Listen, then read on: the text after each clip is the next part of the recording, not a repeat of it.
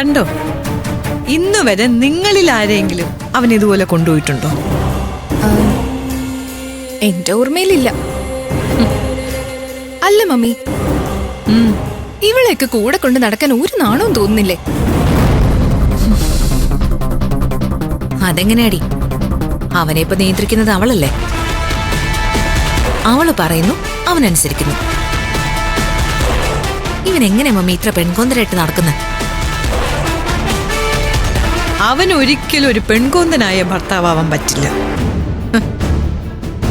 അവനെ എന്നെ തോൽപ്പിക്കണം. അതിനുവേണ്ടി പുതിയ പുതിയ കാരണങ്ങൾ കണ്ടെത്തുന്നു, അത്രേ ഉള്ളൂ. മമ്മി, നമ്മൾ ഇങ്ങനെ അടങ്ങി ഒതുങ്ങി ഇരുന്നിട്ട് ഒരു കാര്യമില്ല. ദേ ഇപ്പൊ തന്നെ നോക്കിക്കേ, അവര് ഭൂമിയില് ഏറ്റവും സന്തോഷിക്കുന്നവരും നമ്മൾ അതൊന്നും വിധിച്ചിട്ടില്ലാത്തവരും. ദേ ഈ വിഷുവും കഴിഞ്ഞ് അവര് സന്തോഷത്തോടെ മടങ്ങിയ പിന്നെ ഓണത്തിനും വിഷുവിനും ദീപാവലിക്കും പിന്നെ ഓരോരോ കാരണങ്ങൾ ഉണ്ടാക്കി വന്ന് കേറും എല്ലാം കൂടി.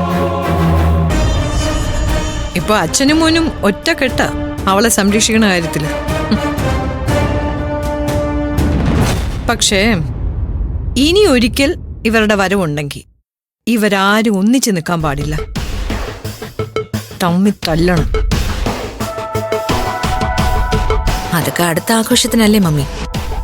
ഈ ആഘോഷം നന്നായിട്ട് നടന്ന പിന്നെ നമ്മൾ ജീവിച്ചിരിക്കുന്ന എന്തിനു?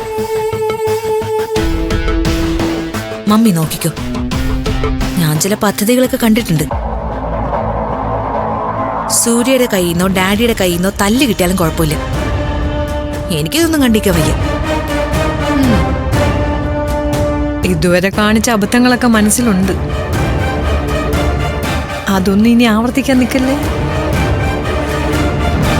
പിന്നെ വിഷുവിന് മുമ്പേ അവരെ ഇവിടെ നിന്ന് പറഞ്ഞയക്കാനുള്ള എന്തേലും ഒരു മാർഗം നിങ്ങൾ കണ്ടുപിടിക്കുകയാണെങ്കിൽ